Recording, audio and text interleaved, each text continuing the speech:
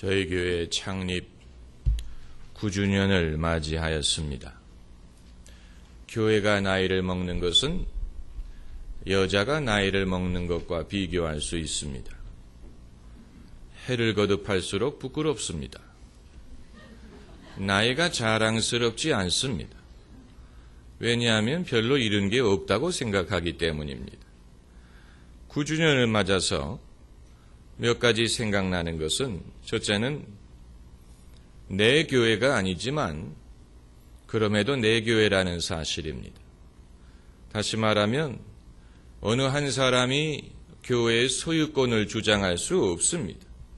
그럼에도 내 것처럼 사랑하고 내 것처럼 정성껏 목회하지 않으면 안 됩니다. 그런 의미에서 남의 교회가 아닙니다. 그러나 소유권은 하나님께 있고 성도님들에게 있습니다. 결국은 성도님들이 교회를 책임져야 됩니다. 예컨대 교회가 빚이 있다면, 실제는 없지만 교회가 빚이 있다면 여러분이 그것을 갚아야 되고, 만약에 교회가 소송이 걸린다면 그런 일이 없겠지만 여러분이 나서서 처리를 해야 됩니다. 목회자는 왔다 가도 갑니다. 은퇴하는 날이 오지 않겠습니까? 그러나 성도들은 은퇴하지 않습니다. 목회자가 은퇴하고 떠난 후에도 성도들은 그 교회에 남아서 교회를 지켜야 될 책임이 있습니다. 그렇기 때문에 교인들이 목사보다도 더 오래 가는 것입니다. 그러면 지난 9년 동안 무엇을 이루었느냐? 고 에드워드 케네디 상원 의원은, 그는 아들이 내일 있는 집의 막내 아들이었지요. 그는 둘째 형인 존 F 케네디와 같은 카리스마를 갖지 못했고, 셋째 형인 로버트 케네디와 같이 더 저돌적이지도 못했지만, 그러나 에드워드 케네디 상원 의원은 오랜 세월 동안 자기 자리를 지켰습니다.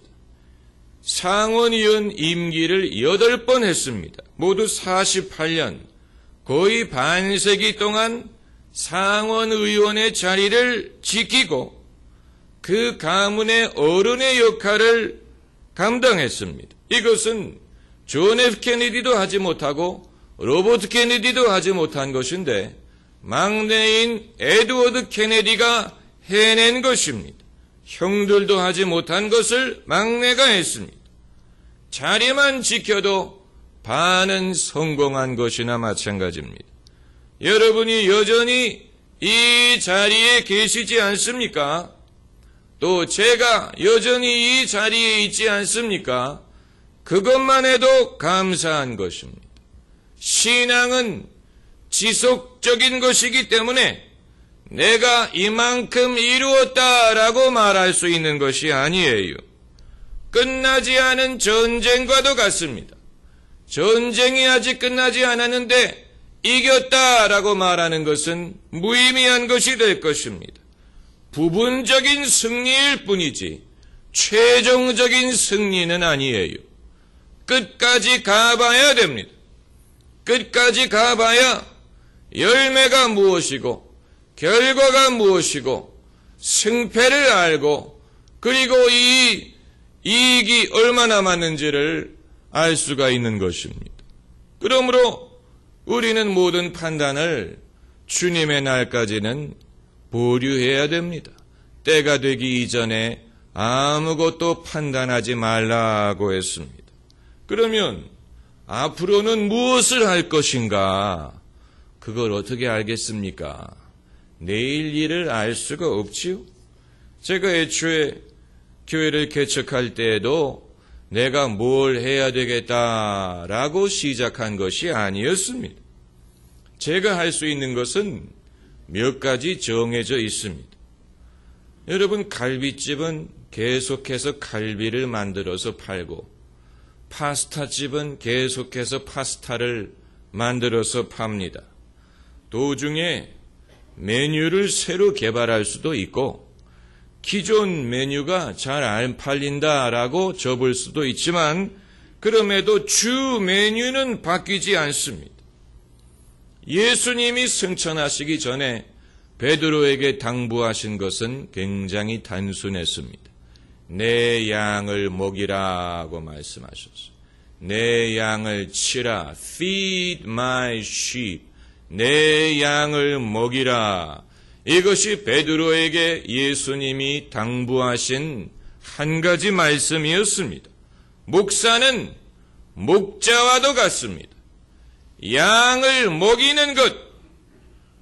목자의 책임은 양을 먹이고 양들을 보호하는 것입니다. 아주 평범한 것입니다. 그 이외의 일은 다 부수적인 것입니다. 그리고 양을 낳는 것은 양이지 목자가 아닙니다. 목자가 양을 낳았다는 말을 들어보셨습니까? 양이 양을 낳습니다. 목자가 양을 잘 치면 양들이 건강해져서 새끼를 많이 낳고 양무리가 불어나게 되어 있습니다. 그건 양들이 하는 것입니다. 목자가 하는 것이 아니에요. 부흥하는 교회에는 몇 가지 특징이 있다고 하는데, 첫째는 설교 시간에 졸지 않고, 둘째는 다음 주일날 또 오고, 셋째는 혼자 오지 않고 친구를 데리고 온다는 것입니다. 그러면 부흥하는 것입니다. 그런데 부흥이라는 것은 어디까지나 단기적인 현상을 말하는 것입니다. 누구를 데리고 오는 것도 한두 주지 어떻게 1년 내내 데리고 오는 사람이 있겠습니까? 교회가 부흥회를 하더라도 하루 이틀이지.